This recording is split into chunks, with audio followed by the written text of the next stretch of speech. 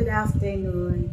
By the way, I'm Teacher Rose. So, ngayong hapon, magluluto ako ng mani na mayroong bawang o adobong mani with garlic chips. So, una sa lahat, babalatan mo muna itong bawang. Ito siya. Ayan. So, gagawa ako ngayon ng 3 kilo na mani na mayroong bawang. So, ito siya. So, ito karami. So, ang gagawin ko, ito siya. Hihiwain ko ito siya ng manipis. Ayan. Kailangan manipis para hindi siya mapait. Alam mo kasi, ang bawang, maganda ito sa mayroon kang high blood o yung hypertension. Sabi nila, so good for the health ang bawang.